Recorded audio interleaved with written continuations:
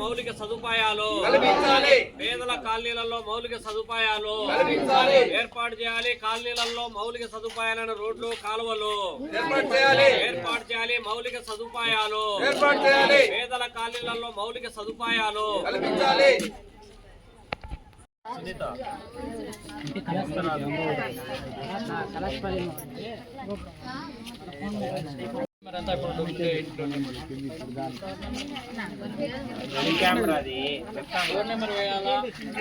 పక్క రమ్మా నువ్వు పెట్టుకోవాలి. నేను రేషన్ కార్డు ఏది? రెండు ఫోటోలు నీకు నిదానంగా నేను రాస్తాను. తీసుకొని మళ్ళీ ఈరోజు రేపు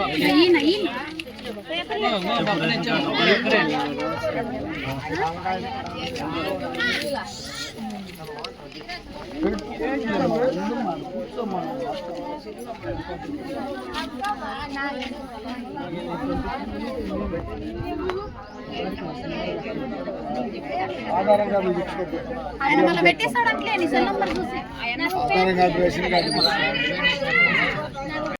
పట్టణ ప్రాంతాలలో 2 సెంట్ల ఇంటి స్థలము, గ్రామీణ ప్రాంతాల్లో 3 సెంట్ల ఇంటి స్థలంతో పాటు గ్రామీణ ప్రాంతాలలో అర్హులైనటువంటి నిరుపేద కుటుంబాలకు భూమి లేని నిరుపేదలందరికీ కూడా 2 ఎకరాల సాగు భూమి పంపిణీ చేయాలని చెప్పి డిమాండ్ చేస్తూ భారత కమ్యూనిస్ట్ పార్టీ ఈ రోజు నుంచి 2వ తారీఖు నుంచి 10వ తారీఖు వరకు అర్హులైనటువంటి పేదలతో వ్యక్తిగత అర్జీలను రూపొందించి 10వ తారీఖున జరిగేటటువంటి మండల తహసీల్దార్ దగ్గర కార్యాలయాల వద్ద ఆందోళన కార్యక్రమాన్ని జయప్రదం చేయాలని చెప్పి ఈరోజు కడప నగరం శాంతినగర్లో ఈ అప్లికేషన్లు దరఖాస్తు చేసేటువంటి ప్రక్రియను లాంఛనంగా ప్రారంభించడం జరుగుతూ ఉంది.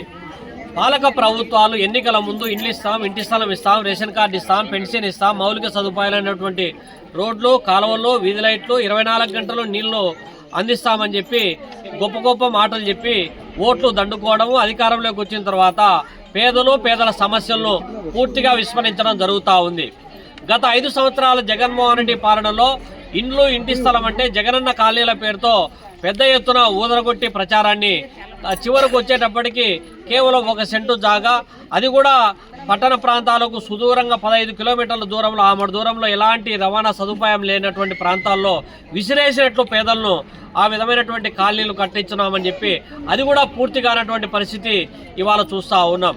కానీ అప్పుడు ఆ నిర్మాణం సరిపోదు, 1 సెంటు సరిపోదు.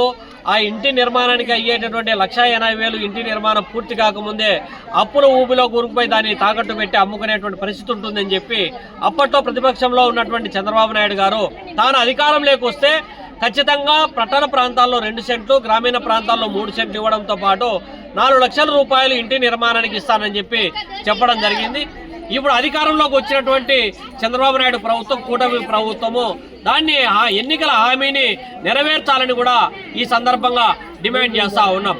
అధికార యంత్రాంగం పదే చెబుతా ఉన్నటువంటి అంశాలు ఏమంటే, పేదలు పోయి ఇంటి స్థలం కోసం దరఖాస్తు చేసుకుంటే ఇంటి స్థలాలు ఏడుండాయి, భూములు ఏడుండాయి అని చెప్పి పదే 2 సెంట్ల ఇంటి స్థలం ఇవ్వడానికి నిరాకరిస్తూ ఉన్నటువంటి అధికార యంత్రాంగం ఎవరైతే ఉన్నారో, విలువైనటువంటి ప్రభుత్వ వంక, వాగు, చెరువు, రస్తా, అసైన్డ్, దేవాదా, ఈనాం, వక్ఫ్ బోర్డు, శ్మశానాలు కూడా వదలకుండా ఆక్రమించుకొని అమ్ముకొని సొమ్ము చేసుకునే డీకేటీ మాఫియా నాయకులకు ఇవాళ రెవెన్యూ అధికారులు, తహసీల్దార్లు, ఆర్డీఓలు, 5 స్థాయి అధికారులు ప్రత్యక్షంగా పరోక్షంగా సహకరించి వాళ్లకు కొమ్ము కాసేటువంటి పరిస్థితిని మనం చూస్తూ ఉన్నాం. ఇప్పటికైనా ప్రభుత్వము తక్షణము అర్హులైనటువంటి పేదలందరికీ కూడా 2 సెంట్ల ఇంటి స్థలము, అదేవిధంగా గ్రామీణ ప్రాంతాల్లో 3 సెంట్ల ఇంటి స్థలము, ఇంటి నిర్మాణానికి అవసరమైనటువంటి వ్యయం ఏదైతే ఉందో అది 5 లక్షలకు పెంచాల్సినటువంటి అవసరం ఉంది. ఇవాళ ఇంటి నిర్మాణానికి అవసరమైనటువంటి ఇసుక, సిమెంటు, స్టీలు, ఇటుకలు, కూలీ రేట్లు అమాంతం పెరిగినటువంటి నేపథ్యంలో ఇంటి నిర్మాణం పూర్తి కాకుండానే 5 రూపాయల వడ్డీకి, 10 రూపాయల వడ్డీకి తెచ్చి అది పూర్తి కాకుండానే తాకట్టు పెట్టి అమ్ముకునేటువంటి ఘటనలు జరుగుతూ ఉన్నటువంటి నేపథ్యంలో ఇప్పటికైనా 5 లక్షల ఇంటి నిర్మాణానికి అవసరమైన వ్యయాన్ని ఇవ్వాల్సినటువంటి అవసరం ఉంది. అదేవిధంగా శాంతినగరు దాదాపు నిర్మాణం అయ్యి 30 ఏళ్లు దాటింది. ఈ చుట్టుపక్కల ఉన్నటువంటి అటు తిలక్ నగరు, ఇటు ఆర్కే నగర్ కంటే ముందు నిర్మాణమైనటువంటి శాంతినగర్లో ఇవాళ సమస్యల చుటిగుండంలో ప్రజలు ఈ ఇబ్బంది పడిపోతూ ఉన్నారు. శాంతినగర్ అంటే ఇవాళ అశాంతికి నిలయంగా మారినటువంటి పరిస్థితిని మనం చూస్తూ ఉన్నాం. గత ప్రభుత్వం లాగా మేఘాల మీద ఈ పక్క కాలువ ఆక్రమణకు గురైంది, నీళ్లు పోవట్లేదని చెప్పి ఉన్నటువంటి ఇండ్లన్నీ కూడా ధ్వంసం చేసి ఆడ పడేసిపోయినారు. ఆ కాలువలో ఇప్పటికేమో నీళ్లు పోయే మార్గం లేక మొత్తం అంతా మురికి కూపం అయిపోయి డెంగ్యూ, చికెన్ గున్యా, మలేరియా లాంటి విష జ్వరాల బారిన పడి ఇవాళ అప్పుల ఊబిలో కూరుకుపోయేటువంటి పరిస్థితిని మనం చూస్తూ ఉన్నాం. పోనీ రోడ్లన్నా పూర్తి చేశారంటే ఎక్కడెక్కడో కడప నగరం లాంటి ప్రధాన కూడలలో వేసిన రోడ్లపైన వేస్తా ఉన్నారు. కూడళ్ల పేరుతో కోట్ల రూపాయలు కుమ్మరిస్తా ఉన్నారు. ఇక్కడేమో పేదలు నివాసం ఉన్నటువంటి ప్రాంతాల్లో కనీసం సీసీ రోడ్డు కాదు కదా, గ్రావెల్ రోడ్డు కూడా వేయనటువంటి పరిస్థితిని మనం చూస్తూ ఉన్నాం. గతంలో కూడా ఇలాంటి కూపాలల్లో, ఇలాంటి మురికి గుంతలలో ఒక పిల్లోడు చనిపోతే ఆ పిల్లోడిని తీసుకొని, శవాన్ని తీసుకొని పోయి ఆర్టీఓ ఆఫీస్ దగ్గర ఆందోళన చేయాల్సినటువంటి పరిస్థితి భవిష్యత్తులో మళ్ళా సంభవించేటువంటి ప్రమాదాలు రాకముందే అధికార యంత్రాంగం మేల్కోవాల్సినటువంటి అవసరం ఉంది. త్రాగునీటి సరఫరా అంటే పట్టణాలలో పెద్దల నివాసాలలో ఒక రకంగా, పేదల నివాసం ఉన్నటువంటి ప్రాంతాల్లో ఇంకో విధంగా నీటి విడుదల జరుగుతూ ఉంది. ప్రతిరోజు అర్ధరాత్రి, అపరాత్రి నీళ్లు విడుదల చేస్తే మరి ఆరుగాల కష్టపడి పనిచేసి వచ్చినటువంటి కూలీలు అర్ధరాత్రి మేలుకోకుండా నీళ్లు పట్టుకోవాల్సినటువంటి దౌర్భాగ్య స్థితి. ఈ సమస్యలన్నీ కూడా నగరపాలక సంస్థ అధికార యంత్రాంగం ఎవరైతే ఉన్నారో, అట్లే ప్రజాప్రతినిధులు ఎవరైతే ఉన్నారో, మన ఎమ్మెల్యే గారు కూడా ఈ సమస్యలను తక్షణం పరిష్కారం చేయాలని చెప్పి భారత కమ్యూనిస్ట్ పార్టీ డిమాండ్ చేస్తూ ఉంది.